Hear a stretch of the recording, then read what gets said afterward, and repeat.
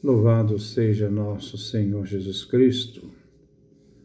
Nós vamos fazer o nosso comentário ao Evangelho de São Mateus, 96º encontro, trabalho Mateus capítulo 27, do versículo de 1 a 10. Ouçamos nossa leitura. De manhã cedo, todos os chefes dos sacerdotes e anciãos do povo convocaram um conselho contra Jesus para o condenarem à morte. Eles o amarraram e o levaram e o entregaram a Pilatos, o governador. Então Judas, o traidor, ao ver que Jesus fora condenado, sentiu remorso e foi devolver as 30 moedas de prata ao chefe dos sacerdotes e anciãos, dizendo: pequei, entregando à morte sangue inocente. Eles responderam: e o que temos nós com isso? O problema é seu. Judas jogou as moedas no santuário, saiu e foi enforcar-se. Recolhendo as moedas, os chefes dos sacerdotes disseram: é contra a lei colocá-las no tesouro do templo, porque é preço de sangue. Então discutiram em conselho e as deram em troca pelo campo do oleiro, para aí fazer o cemitério dos estrangeiros. É por isso que esse campo até hoje é chamado de campo de sangue. Assim se cumpriu o que tinha dito o profeta Jeremias. Eles pegaram as 30 moedas de prata, preço com que os israelitas o avaliaram, e as deram em troca pelo campo do oleiro, conforme o Senhor me ordenou. Esta é a nossa leitura que nós vamos trabalhar no dia de hoje. Versículo 1. De manhã cedo, todos os chefes dos sacerdotes e anciãos do povo convocaram um conselho contra Jesus para o condenarem à morte. A decisão da manhã é para pronunciar e ratificar a pena dada a Jesus, e com isso entregar Jesus a Pilatos. Cabia aos romanos dar permissão para executar alguém, mas as autoridades vão inverter o motivo de ter blasfemado, crime religioso possível de apedrejamento, que daria o sentido mais tarde que Jesus seria visto como profeta apedrejado. E passo então para o motivo de rebelião, motivo político, de ter instaurado o conflito político de um agitador que agia contra o poder dominante. Dá para perceber a força das autoridades religiosas. Se ele deve morrer, não seja como Marte apedrejado, mas como criminoso, que ameaça a estabilidade política da dominação romana. É uma forma de desacreditar Jesus na sua mensagem. Assim, a política de Roma, exercida pelos governadores, deixava ao Sinédrio um poder de liberdade de ação. Neste sentido, os judeus podiam dirigir a vida religiosa e política dos judeus, mas com certos limites. Pensa-se que os judeus tinham o poder de condenar quando se referia à vida judaica, mas era necessária a autorização do governador. Vemos até onde chegou o ódio das autoridades contra Jesus. Ele tinha que ser calado e eliminado. O Sinédrio julgava que a revelação de Jesus era blasfêmia, então passivo de morte.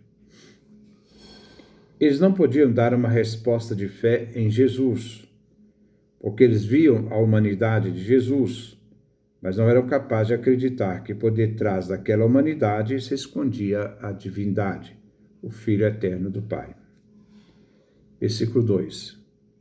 Eles o amarraram e o levaram e o entregaram a Pilatos, o governador. Pilatos representava o poder militar de Roma na região. Ele estava em Jerusalém durante a festa da Páscoa, devido também à presença de grandes massas de gente que se aglomeravam para esta festa de Páscoa. Na aglomeração, podia acontecer a oportunidade de rebeliões, e o governador tinha de manter a paz por meio da coerção do exército. Ele tem grande poder na região. Deveria governar, fazer a ocupação militar, cobrar os impostos, supervisionar a ordem pública e ter o poder sobre a vida e a morte.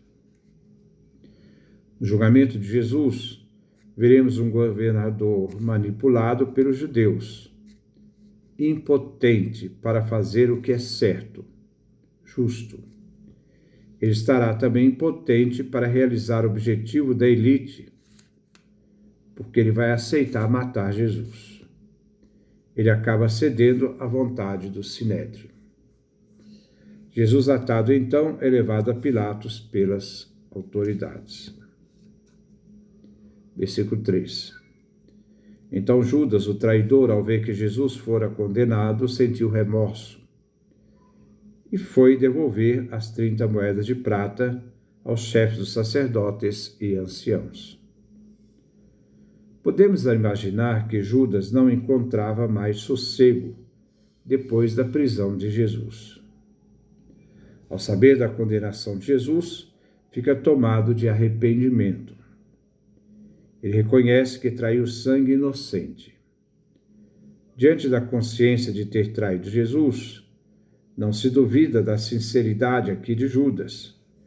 Ele não foi buscar o perdão de Jesus, mas foi às autoridades, inimigos de Jesus, a elite religiosa, para dizer que ele errou. Versículo 4. Dizendo, pequei, entregando à morte sangue inocente. Eles responderam, e o que temos nós com isso? O problema é seu. Judas acrescenta seu testemunho sobre a inocência de Jesus. Confessa o pecado, mas se desespera. Ao reconhecer Judas, ao reconhecer que traiu sangue inocente, percebe que recebeu por Jesus, pela pessoa de Jesus, um dinheiro mesquinho. As autoridades, diante do arrependimento de Judas, agem com indiferença e ironia. O Sinédrio ouve o que diz Judas, que Jesus é inocente, sangue inocente, mas não investiga a inocência de Jesus, mas continua um processo de condenação, pois o objetivo eles conseguiram, isto é, pegar Jesus para condená-lo e matá-lo.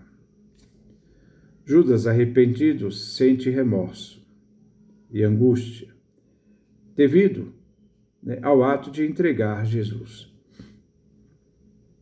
Ao não dirigir a Jesus, a vítima que perdoa, Judas se dirige ao Sinédrio, tentando inverter os fatos, dizendo que Jesus é inocente.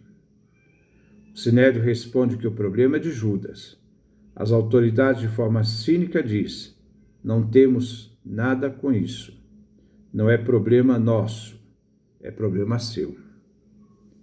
Versículo 5. Judas jogou as moedas no santuário, saiu e foi enforcar-se. Judas joga as moedas que recebeu para trair Jesus. E agora, ele joga as moedas que ele recebeu para entregar sangue inocente. E joga essas moedas agora no santuário. Um valor profano. É jogado no lugar sagrado, o santuário. Não existe solidariedade no pecado. Isso aqui vale a pena entender. Não existe solidariedade no pecado. Cada um tem de se haver consigo mesmo. Judas fica abandonado, assim como Jesus foi abandonado por todos os seus seguidores. Judas é abandonado no isolamento do pecado cometido.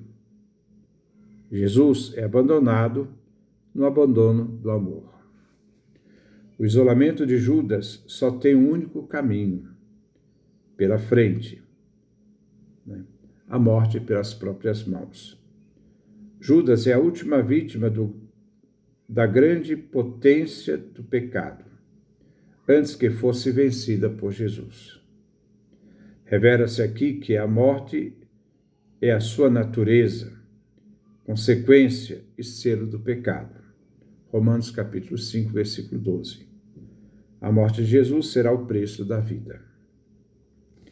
O dinheiro que Judas devolve dá testemunho da sua corrupção e da corrupção do templo.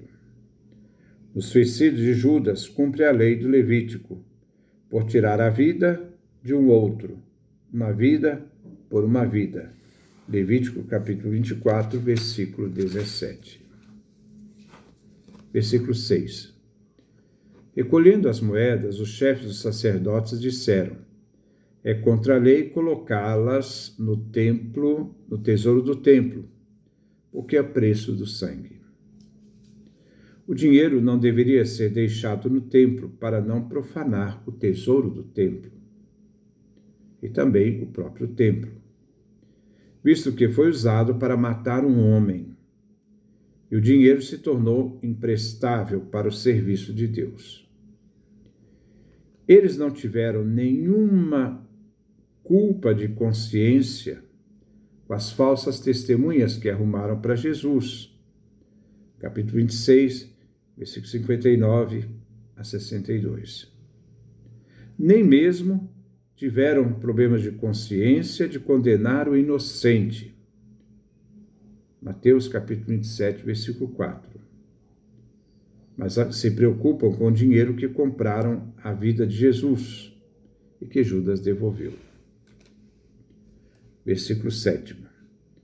Então discutiram em conselho e as deram em troca pelo campo do oleiro para ir fazer o cemitério dos estrangeiros.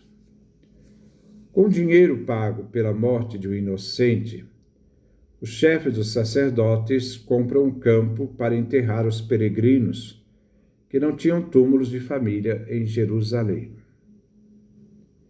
Vemos neste episódio o que aconteceu com o profeta Zacarias.